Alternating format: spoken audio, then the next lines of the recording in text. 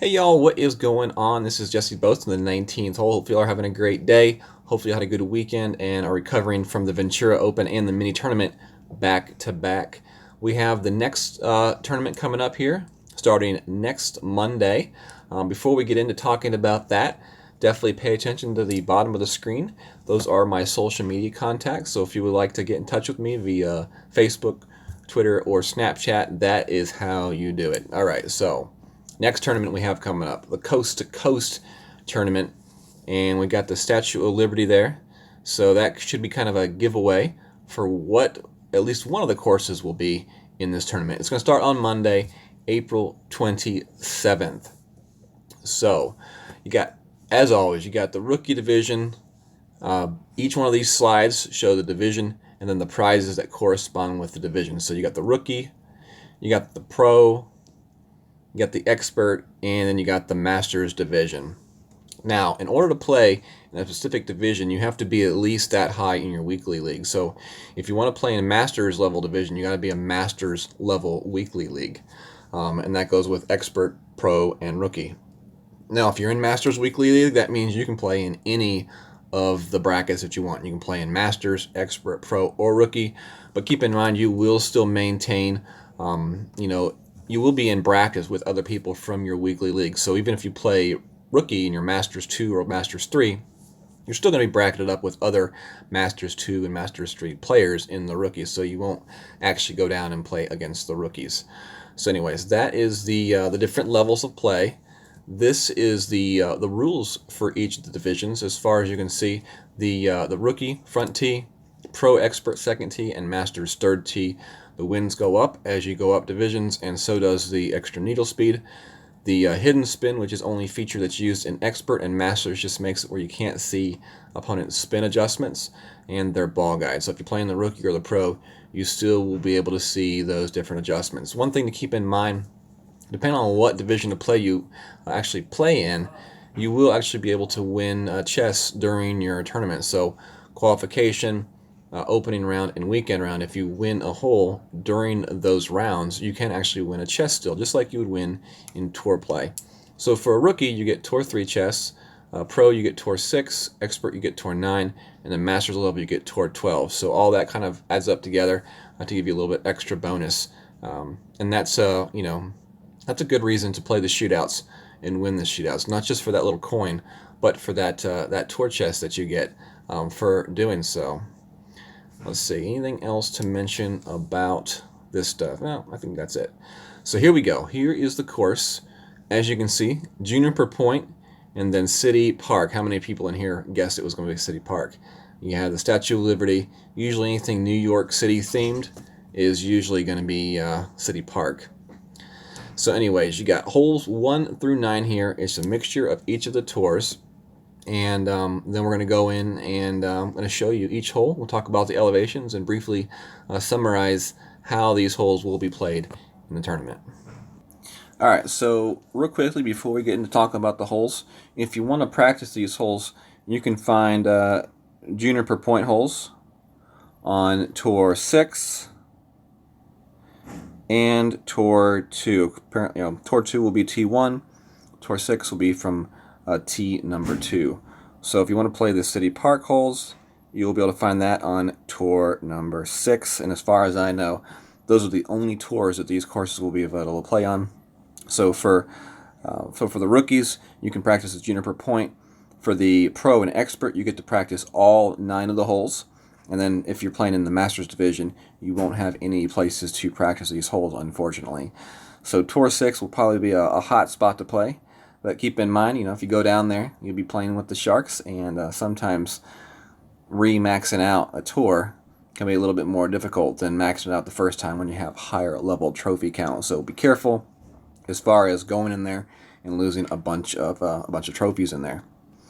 All right, so we got hole number 1 is here. This hole is a par 3, and it's a par 3 that you're probably going to see a lot of aces on. If it's anything like we had last time, there was a Guardian shot that was played. Plus 10% is the adjustment for this hole. But the Guardian shot was played off of this fairway right here, and this slope right here slopes back down to the hole. So we're playing it up the slope, and then it would come back and roll to the hole. And the way we had it set up last time, it was a really good chance at the ace. So we'll probably definitely see that again if we have a wind that is helpful for that shot.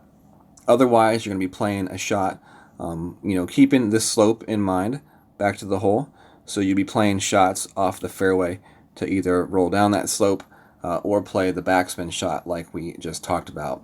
But plus 10% is the elevation for this hole and for this shot. Hole number 2 is a par 4. This one right here will be playing with plus 10% off the tee box. And what we're trying to do here is we're trying to go up through this gap right here to somewhere up into this zone right here. There is a way that some people play to the right as well and try to shoot through this gap up here into that area. Both instances, you'll be taking a second shot uphill towards the green. And for that second shot, it'll be minus 10% because it will be an uphill shot. So for more than likely, you'll have a driver and then you'll have a short iron shot to the hole on this par 4. And this is definitely, depending on what kind of wind we have, if you have any kind of tailwind, this is going to be a hole where you could possibly get even farther up this fairway, depending on the wind. But it should be one of those holes that you will see a lot of people dropping it because of the consistent green and the minus 10% uphill adjustment. It just makes for a really good drop early on in this 9-hole course. Hole number 3 is next here. And this hole right here is not a hole that you're going to see a lot of, you're not going to see probably any albatrosses on. You may see possibly some if you're playing in the in like the Masters or the Expert with really good tailwind. There's going to be a very, very, very small amount. This is going to be a tough eagle hole. It's a par 5, and if you get good wind, you can take your drive up into here. You'd bounce over this bunker, hit the rough, and then roll out. But that's only with a really good tailwind, a club with a lot of topspin, and probably using a good ball. So more than likely, most individuals will be playing a layup shot up into here. And then from there, you'll be playing a wood shot where you land it here. Try to get up into this zone right here. And then from there, short iron shot to the hole. That's how a majority of individuals will be playing this hole.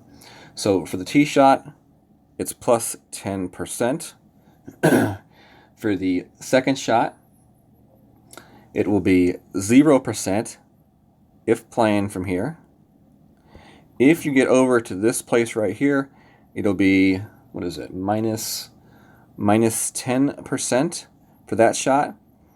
And then from the shot over here, it's somewhere between 0 and minus 10%, and that could definitely depend on the type of wind that we have for the shot and your positioning of the drive, so, and the second shot. So that should be interesting. Last time we had this hole in a tournament, there was also a rough bump opportunity on this hole. The drive is the same. The second shot, you take your wood, a sniper, up to here, and then from right there, there was a possibility of the rough bump right there in this area right here. It was a difficult shot, but it was a shot that some people did drop, so it's a possibility. All right, next hole is hole number 4.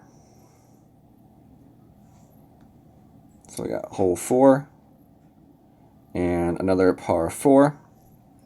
Off the tee, we're playing 10%, plus 10%, and most of the time the play is going to be to bounce it over the bunker here and up the fairway. I can't get it to draw. Up the fairway, or go over this way, bounce it here, and up the fairway. What you want to do is you want to end up on the fairway right here. Depending on how far you end up in that fairway, you either have a long iron or a short iron shot to the green, and this is definitely another possible eagle chance for sure. So for distance, we're playing plus 10% elevation from the tee box, and then 0% elevation for the second shot. That's how we play that one. There also was a way that this hole was played where it was played kind of short up into here. If I can get it to work. It was played short into here, and then there was a rough bump played right here with the wood club. So that's definitely another interesting way to play this hole, and definitely an option. In some situations with certain wind and clubs, you can play a power curl shot as well that comes in here and then goes towards the green. Most of the time you end up on the back side of the screen, but if you do get lucky and you hit this rough, you can roll out onto the green as well.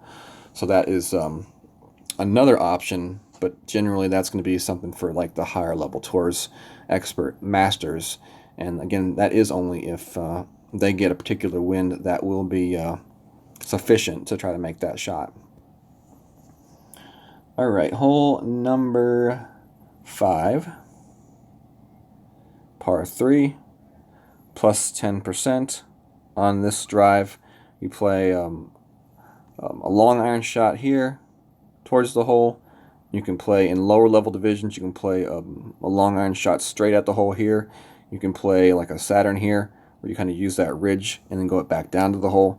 That as well will work. Most of the time, this shot right here with the long iron, where you bounce it over and just land it past the fringe up here on the green, is the one that a majority of people end up using, at least in the pro and the expert. The shots to the right in the middle, those are more shots that are used in the rookie. I, for one, definitely like this shot that comes up the ridge and back down to the hill. And for that shot, you need a ball with some side spin. And then I like the Saturn club with all of its backspin for that particular shot. All right, hole number 6 here. This is a par 5. And the options here are to play the shot straight, where you bounce it here and over the rough and then roll up this fairway. The better chance at trying to get the albatross is playing it to the left, though, where you bounce it here and then roll it up this fairway up here towards the end. It is kind of a funnel fairway, so as long as you hit the fairway, you should be okay.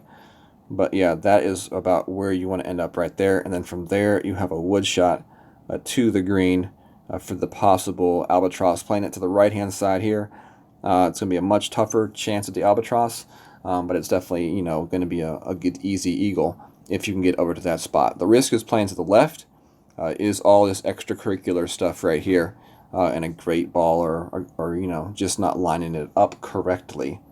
So the drive is plus 20%, and then the second shots are plus 10%, depending on where you play your shot from on this hole.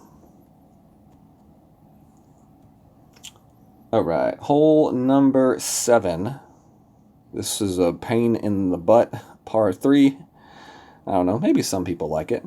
If you're playing your shot short, which would be in the rookie, possibly play it in the expert as well with like a wood club, you play plus 10% for that shot.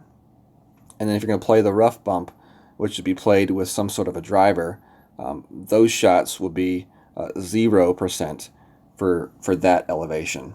So short, you're playing plus 10%, but if you're going for the rough bumps, then you're going with the 0% for that shot. And to me, the rough bumps are very dependent on the wind. So if you have like a right to left wind, then you're going to be playing the rough bump over here. If you have a left to right wind, then you can be playing the rough bump over there. We're all going to be happy and hit the ace, right? Yeah, right. No, this is such a tough hole. So good luck to you all trying to get the ace there. All right, hole 8. This hole right here, we go from fun hole to even more of a fun hole. Par 4, and this one plays more like a par 5. This is a tough hole to get the eagle on, especially if you don't put your drive in a good location. But it's even a much tougher hole to get the albatross on. So for hole 8, we'll play plus 10% off the tee box here. And all you're really trying to do is get up into this zone right here or up here. So off the first tee, you bounce right here, and then you're trying to roll up there. From the second tee, you're bouncing more in this zone right here and trying to get up there. So you really need left side spin, because this is kind of like a left to right slope right here. So anything that hits is automatically going to push off to the right here. So you need that left spin to kind of counteract that left to right push off that slope. So that makes it for a tough shot. Some people just opt to blast it as far up they can and try to get up here into this rough, and then they have a short little rough iron shot to the hole, and that guarantees them an eagle. But sometimes, sometimes that shot is a better play than trying to play it strategically here and then play a bounce shot up. So if you're playing the bounce shot up, what did I just do? I think I just messed up my... Nope. If you're playing the bounce shot up from here, you'd be playing a wood club. What you want to do is you want to hit off the middle of that slope and then bounce up towards the hole. And I would play that shot at 0%. Okay, so plus 10% back here, and then 0% for that shot towards the hole. It's a weird shot, and I've seen it played at 0% and seen it played at plus 10%. But it's just a weird way to play this hole, and this is just not a very fun hole. This is a tough hole, and doesn't really give you many good chances at the albatross, to be quite honest. But anyways, plus 10% off the drive, 0% for the second shot. All right, our last and final hole, hole 9, ending with the par 5. And this one right here, you have a couple different options. You're playing plus 20% off the tee box. You can either bounce the shot off this little ridge right here and roll it up this fairway, or you can play it to the right-hand side and try to bounce it here and then try to roll it down to the fairway there. As you can see, it definitely gets you a lot closer to the hole, but definitely comes with a lot of other risks, like the rough over here, or even hitting wrong and rolling into that rough right there, even possibly rolling through the fairway into that rough. So there are definitely different options on this hole. For me, I prefer playing it to the left-hand side, and then from here, you're going to play like a higher level Guardian or a Big Dog or Cataclysm, and just play the shot right here to bounce it over the bunker and toward that hole. To me, that is the way that I like to play the shot. And for me, that makes the most sense. If you aren't able to get as far up in this first fairway as I did here, maybe you only get up to here, then you can play a shot off this fairway with topspin once you bounce over this little ridge, and then you're really just trying to lay your shot up there, kind of green side, and then that would be this little short little wedge chip up to that hole. Do keep in mind it is an uphill third shot right here towards the hole. So, if you do get there, make sure you put enough on that shot to get it to the hole, and don't leave it short of the hole because of an uphill slope on that little chip. But for me, if you can get it far enough up the fairway, the shot from the bunker, over the bunker, is probably the best chance at dropping that albatross. But nonetheless, it's just a very, very tough shot. Depending on your drive, like where you're at on this fairway, I think you're going to be anywhere from 0% to minus 5% on this second shot. So anyways, that's it, y'all. Hopefully y'all get some practice in on Tour 6. Tour 6 is where you can find all of the holes. So if you're playing pro or expert, that will be your spot to go this weekend to try to practice Juniper or City Park course. So good luck to you all. Hopefully you all do well in your practice, and good luck to you all in opening round starting on Monday.